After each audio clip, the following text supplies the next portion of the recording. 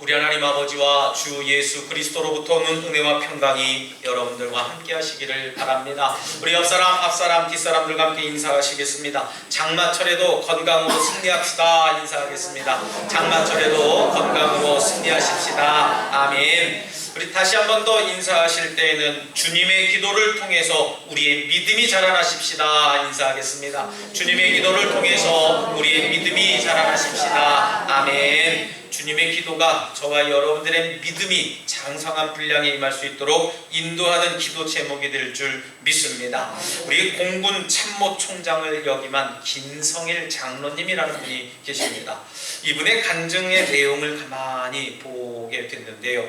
1989년 이제 경상남도 사천 이 공군 전투 비행장에서 이제 비행단 대대장으로 이렇게 지낼 때 대대장이 무궁화 2개 이제 중령입니다. 이렇게 좀 중령일 때에 이렇게 좀 그분이 가지고 있었던 이 간증 제목을 이야기하게 되었습니다.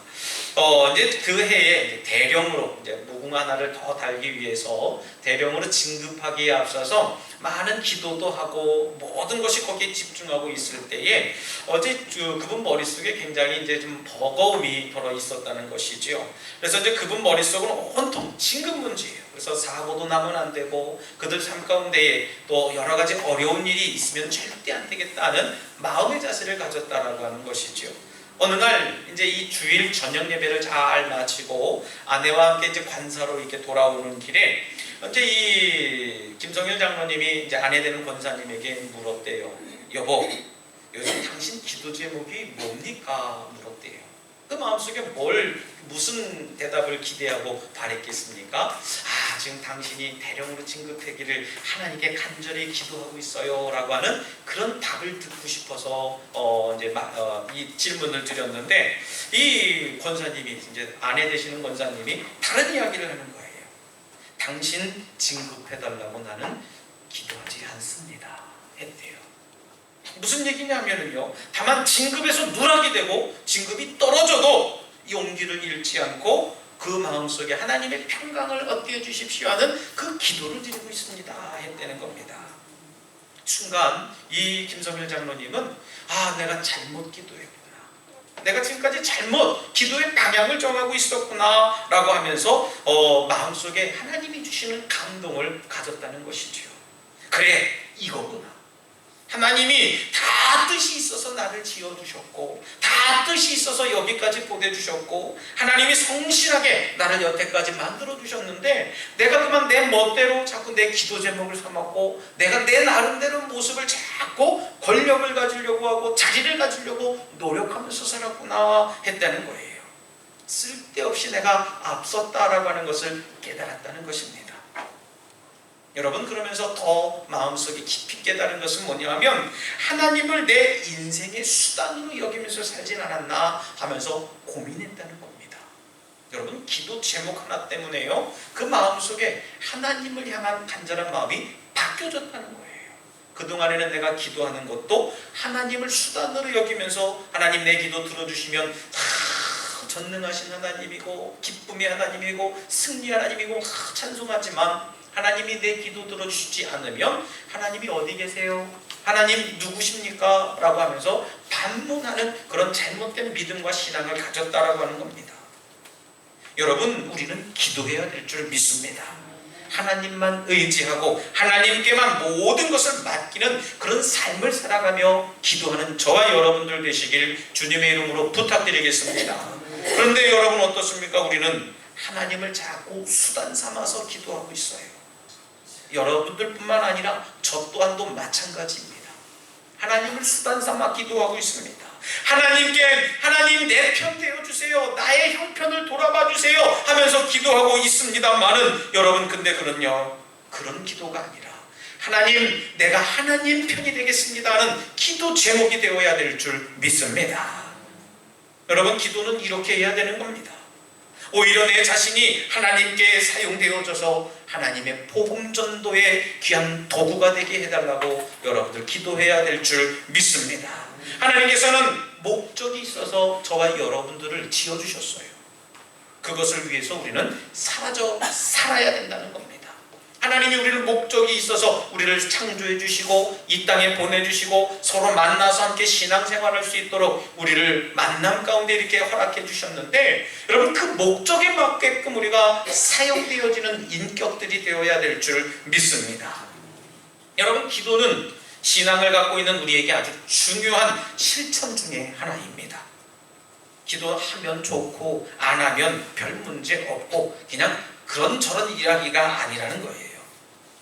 일찍이 사무엘 선지자는 구약 성서를 통해서 우리에게 뭐라고 가르쳐주고 있습니까? 사무엘은요, 기도하기를 쉬는 죄를 하나님 앞에 결단코 죄를 짓지 않겠습니다 하며 고백하겠는데, 여러분 그 말씀이 뭡니까? 기도 쉬는 것까지도 죄라고 얘기를 했어요. 그러나 여러분들에게 이와 같은 본문을 저는 제시해드리면서 기도를 잠깐 쉬고 계시는 분들에게, 자, 여러분들이 기도를 하기를 쉬는 죄를 지셨습니다 라고 하면서 정죄하고 싶지는 않습니다. 여러분 이 말씀을 통해서 여러분들 스스로가 깨달아야 돼요. 여러분 뉘우치시길 바랍니다. 하나님께서 부르시는 그날까지 우리가 최선을 다해서 하나님 말씀 부여잡고 담대함으로 기도의 자리에 있어야 될 줄 믿습니다. 여러분 우리는 주님께서 가르쳐 주신 기도의 내용과 방법대로 기도해야 됩니다. 그 내용과 방법대로 기도하지 않으니까 기도를 부탁하고 기도를 순서가 오면 부담스럽고 어렵다고 하는 거예요. 우리 교회 대부분의 아마 우리 권사님들이 저에게 많이 이야기들 하십니다. 목사님 기도 못하겠어요. 왜 못하시는 줄 아세요? 자꾸 남들에게 들려지는 기도를 하시려고 하니까 못한다 소리 하시는 겁니다. 여러분 하나님이 가르쳐 주신 대로 하나님의 뜻대로 하나님의 방법대로 우리가 기도한다면 결단코 우리는 어렵다, 기도하기 힘들어요, 그렇게 말씀하시지 못하리라 저는 생각합니다. 여러분 종종 주님의 가르침과 상관없이 우리는 내 필요나 요구가 있어서 그 목적을 이루어가려고 자꾸 기도를 수단 삼는 경우가 있어요. 우리 좀 신중하게 생각해야 됩니다. 지금 나의 기도는 무엇을 위한 기도고, 지금 나는 어떤 것을 위해서 간구하고 있고, 또 과연 내가 지금 이 기도 제목이 올바르고 또 올바른 태도와 마음의 자세를 가지고 내가 기도하고 있는가? 여러분 오늘 본문의 말씀을 통해서 함께 저와 여러분들이 함께 기도의 내용을 점검하고 주님의 기도를 배워보시길 주님의 이름으로 부탁드리겠습니다. 우리 주님께서 기도를 마치고 나오시는 길에 이제 제자 한 명이 이야기를 합니다. 예수님, 요한이 자기 제자들에게 기도를 가르쳐 주신 것처럼요, 우리들에게도 좀 기도를 좀 가르쳐 주세요. 얘기했어요. 그 요청을 예수님께서 받아들이셔서 주님은 지금 이제 우리가 알고 있는 그런 기도가 아니라 주의 기도를 가르쳐 주고 있습니다. 우리가 평상시에 정형화되고 그런 기도가 아니라 하나님 준비하고 또 그것을 다듬고 학문적으로 여러 가지를 만들어낸 기도 제목이 아니라 평소에 예수님이 하셨던 기도 제목 그대로 우리들에게 가르쳐 주셨다라고 하는 사실을 여러분들 기억하시길 바랍니다. 무슨 얘기입니까? 주님께서 평소에 늘 하시던 내용이라고 하는 거예요. 주님께서 간구하신 내용이 무엇인지, 주님께서 하나님 아버지께 무엇을 원하고 계셨는지, 또 예수님의 우선순위가 과연 어떤 것이었는지 주의 기도를 보면 나와져 있다는 겁니다. 그러니 여러분 주기도문을 통해서 제자들도 그리고 오늘날을 살아가는 저와 여러분들도 그 기도에 동참하도록 기도의 문을 열게 하신 분이 예수 그리스도라고 하는 사실입니다. 이 주기도문은 마태복음서에서도 소개해주고 있습니다. 마태복음 6장 9절로부터 13절까지 말씀에도 이 주기의 기도를 가르쳐주고 있는데, 오늘 우리가 함께 읽은 이 본문은 마태복음서에서 소개하는 내용보다 조금 더 짧은 내용입니다. 우리가 평소에 주님 기도를 합시다 할 때에 길게 했던 그 내용은 거의 마태복음에 있는 내용이 그 내용입니다. 근데 오늘 본문의 내용은 조금 다른 내용이에요. 그러나 내용이나 그 의미가 변질되거나 변색된 것이 아닙니다. 여러분 아주 중요한 내용을 담고 있어요.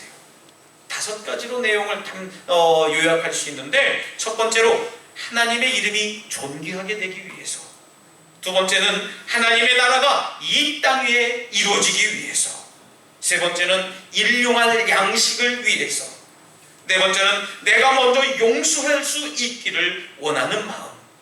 마지막 다섯 번째는 우리가 시험에 들지 않기 위해서 기도해라 라고 가르쳐줬어요. 여러분, 이처럼 우리 주님의 기도 속에는 이 세상을 향한 하나님의 마음이, 하나님의 꿈이 담겨져 있다는 사실입니다.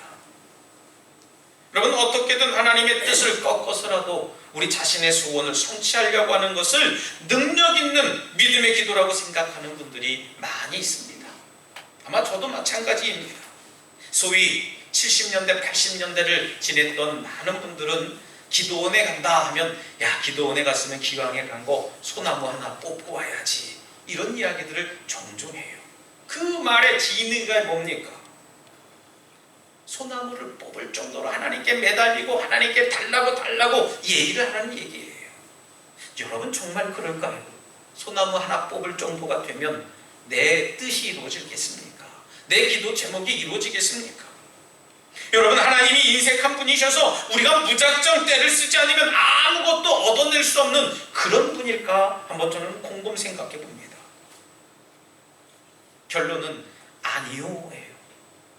진정한 믿음의 기도는 다른 사람이 필요로 하는 떡 세 덩이를 얻기 위해서 간구하는 것인 줄 믿습니다. 오늘 본문의 말씀이 아주 짧게 잘 소개했습니다만은, 여러분, 어떤 친구를 위해서 간청하는 그 이야기가 등장합니다. 오늘 밤중에 이미 잠자리에 들어있는데 옆에 있는 친구가 와서 떡 세 덩이를 구워달라고 합니다. 상황적으로 보면 귀찮습니다. 지금 잠자리에 들었어요. 잠을 비몽사몽에 깸청하게 나와서 떡을 구워달라고 하는 그 친구의 모습을 바라보니 얼마나 짜증이 났겠습니까?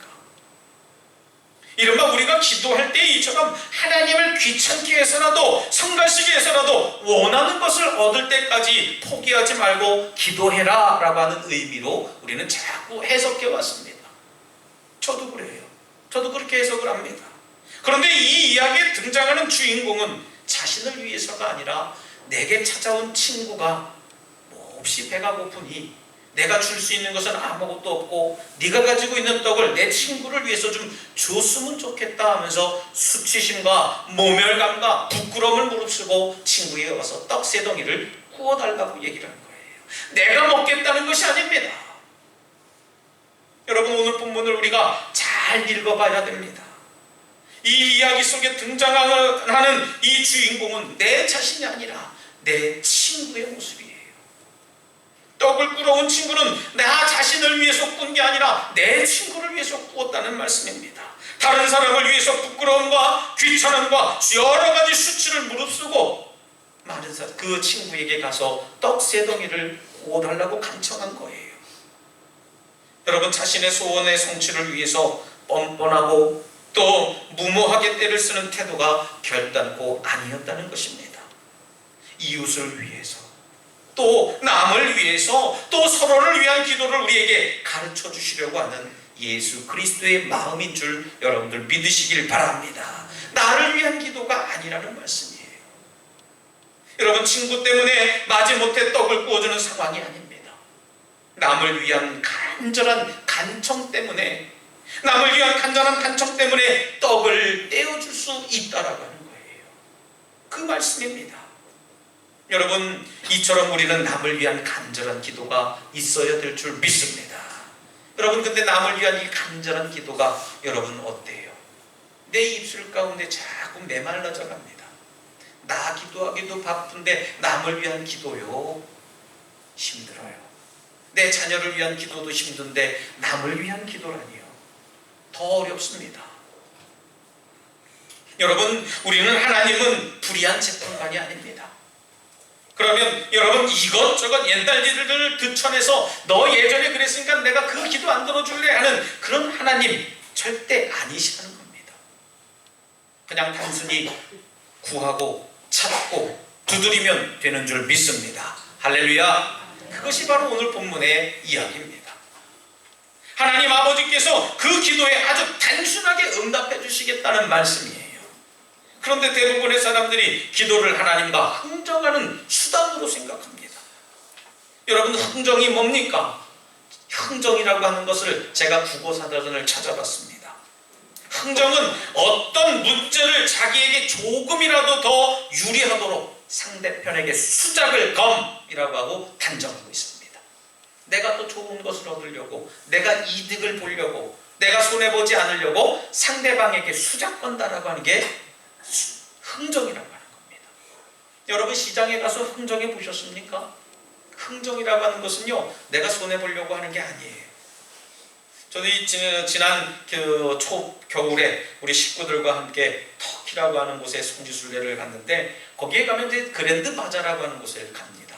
뭐 이제 터키를 여행하는 이들에게 대부분 이제 그 시장을 가서 이제 조금 이제 시장에 가서 이제 안 되는 영어, 안 되는 터키 말 막 이러면서 막 손짓 발짓 해가면서 흥정을 해요.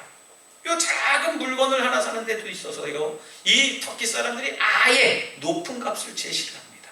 우리 한국 돈으로 따지면 3만 원을 불러요. 시장에서 3만 원이면 굉장히 센 거예요. 3만 원을 다 부르는데, 거기서 바보 같은 사람들은요, 3만 원입니까? 그래도 싸네 생각하면서 3만 원을 다 주고 사요. 그러면 이 터키 상점의 주인이 저 사람은 호구구나, 호갱이구나 하면서 아주 로또 맞은 거예요. 아주 복권 맞았습니다. 그래서 이제 가이드들이 뭐라고 얘기를 하냐면, 제일 먼저 그 사람이 흥정하는 값 3만 원 불렀으면 15,000원 딱 이렇게 부르라는 거예요. 그래서 그거보다 이제 또 오케이 하면은 거기다 또 깎아갖고 이렇게 하고 한번 해보라고 그렇게 얘기를 하는데, 저도 많이 경험해봤거든요. 처음엔 바보스러워서요, 3만 원 부르면 25,000원 그러면은요, 안 되는데 그러면서 미치는데 그러면서 25,000원에 물건을 줘요. 그럼 저는 5,000원을 싸게 샀다고 해서 많은 사람들에게 자랑을 합니다. 나 이거 갔더니 5,000원 싸게 해서 25,000원 주고 샀어요. 그러면 바보 아니에요. 그거 5,000원이면 사요. 기분이 상해지는 겁니다. 몇 번 당했더니요, 이제부터는 흥정하는 방법이 생기는 겁니다. 손해 안 봐야 되지 않습니까? 그래서 15,000원 딱 부르면은 저는 10,000원 그래요. 이제 그 사람들이 15,000원을 먼저 부르면은 저는 10,000원을 먼저 부르고선 시작하는 겁니다. 그리고선 이렇게 자기가 더 미치는 것 같고 그러면 했다고 다른 데 간다 그러면 막 불러요. 하면서 불러요. 그럼 왜? 그러면 10,000원에 줄 테니까 가져가라는 겁니다. 그러면 또 흥정합니다. 8,000원 그러면 진짜 안 된대. 막 얼굴 빨개하고 진짜 안 돼. 그래 알았어. 그러면 난 갈게. 그러면 저만치 가고 있으면은 이렇게 불러요. 그러면 8,500원에 줄 테니까 가져가라는 겁니다. 싫어. 그러면 또 6,000원으로 더 내려요. 결국은 얼마에 사냐면은요, 얼마에 살 것 같아요? 4,000원에 사는 사람입니다. 여러분, 흥정이라고 하는 건요, 내가 손해 안 보려고 하는 거예요. 거기다가 이제 제가 못하는 터키 말도 해요. 터키 사람들이 좋아하는 이 늑대의 표시를 딱 하면은 너 그걸 어떻게 알았냐 하면서 더 깎아주려고 노력을 해요. 왜냐하면 그 친구들과 저희 친구들하고 더 거의 같은 습성들을 가지고 있기 때문에 그렇습니다. 여러분, 흥정은 내가 손해보면 흥정이 아닙니다. 하나님 앞에 우리 기도할 때도요, 내가 손해보면서 기도하지 않습니다. 내가 절대적으로 꺾지 않아요. 하나님은 내게 이만큼 와주길 원하지만 나는 그만큼 가지 않으면서, 하나님 내 편 되어주세요. 내 편 되어주세요. 나는 하나님 편 되기 싫은데요, 내 편 되어주세요. 자꾸 기도하고 있어요. 내가 이만큼 했으니까 하나님 이만큼은 들어주셔야 되겠지 않겠습니까? 정상 청각이라도 좀 해주세요 하는 식으로 흥정하고 자꾸 그런 기복적인 주술적인 신앙을 갖고 있는 게 저와 여러분들의 신앙의 모습이고 기도의 모습입니다. 여러분, 이런 모습들 우리나라 토속신앙에 연관 지을 수도 있겠습니다만은, 여러분 이제는 달라져야 됩니다. 달라져야 돼요. 이대로는 안 됩니다. 그냥 필요한 것이 있다면 하나님께 아뢰시기를 부탁드리겠습니다. 흥정하지 마세요. 내가 이렇게 하겠습니다. 저렇게 하겠습니다. 흥정하지 마세요. 계산도 하지 마시기 바랍니다. 내가 이렇게 정성을 들였는데 왜 안 들어주십니까? 하면서 계산하지 마세요. 여러분, 그렇게 하면 흥정이라는 겁니다.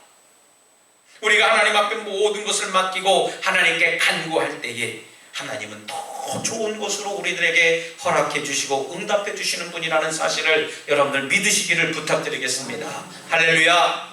그것이 바로 우리의 기도 제목이 되어야 돼요. 그런데 오늘 본문은 하나님 아버지께서 그냥 막연하게 좋은 것으로 우리들에게 주시겠다고 이야기하지 않았습니다. 막연하게 좋은 것이 아니라 무엇을 주신다고 했습니까? 성령이라고 하는 걸 주신다고 했어요. 여러분, 성령이 뭡니까? 성령은 하나님의 영이에요. 하나님 자신입니다.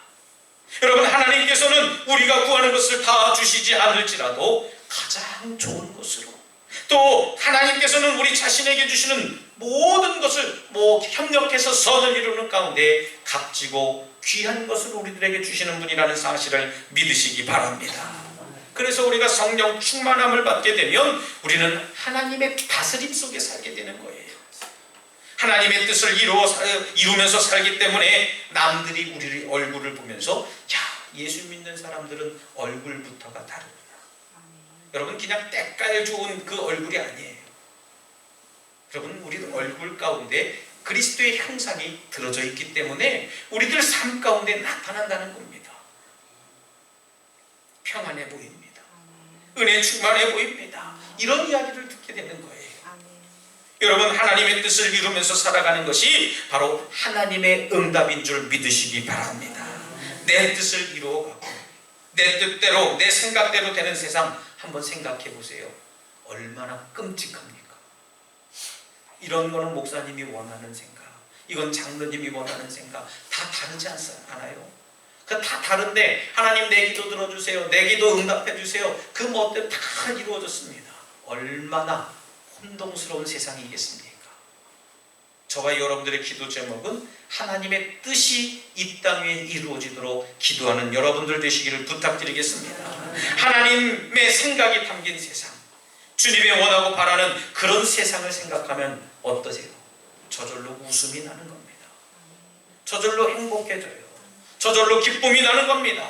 사랑하는 우리 덕수가족 여러분, 기도는 하나님 아버지에 대한 무한한 신뢰의 표현입니다. 만일 여러분들이 하나님을 참 좋으신 나의 아버지, 사랑이 풍성하신 분이라고 믿는다면 단순하고 솔직하게 구하고 찾고 두드리는 여러분들 되시기를 부탁드리겠습니다. 하나님께서 반드시 들어주시고 여러분들에게 주시고 허락하실 줄 믿습니다. 심지어 기도에 어떤 응답이 우리들 가운데 주어진다 할지라도 성령의 인도하심을 따라 순종하면서 살아가시길 바랍니다. 이렇게 하나님의 뜻대로 기도하는 여러분들을 통해서 하나님의 나라가 여러분들 삶 가운데, 우리가 살아가는 이 덕적도 북미 가운데 임하시기를 다시 한번 주님의 이름으로 축원합니다. 이 시간 함께 결단의 기도를 드릴 때 하나님, 저희들이 하나님의 뜻을 알기를 원합니다. 주님의 기도를 통해서 하나님의 나라를 이루어가도록 저희들을 인도해 주시옵소서라고 잠시 결단의 기도를 드리겠습니다. 할렐루야. 사랑과 은혜가 충만하신 하나님 감사합니다. 저희들이 하나님의 뜻을 나타내기를 원합니다. 하나님께 간구하며 나아갈 때에 하나님의 뜻이 우리들 삶 가운데 임하게 하여 주시옵소서. 주의 나라가 이 땅에 임하게 하여 주시옵소서. 하나님의 온전하심을, 하나님의 전능하심을 바라보며 나아갈 수 있도록 저희들의 모든 삶을 주장하여 주시옵소서. 주님 도와주시옵소서. 신실하신 하나님을 주시옵소서. 하나님 아버지 감사합니다. 오늘 다시금 주님의 기도를 통해서 하나님 아버지의 마음을 알게 되었고 하나님의 나라를 이루어갈 결심을 하게 되심을 감사합니다. 주님, 하나님이 내 편 되어 달라고 기도하기보다는 내가 하나님 편에 설 수 있는 믿음과 용기를 허락하여 주시옵소서. 예수님 이름으로 간절히 기도드리옵나이다. 아멘.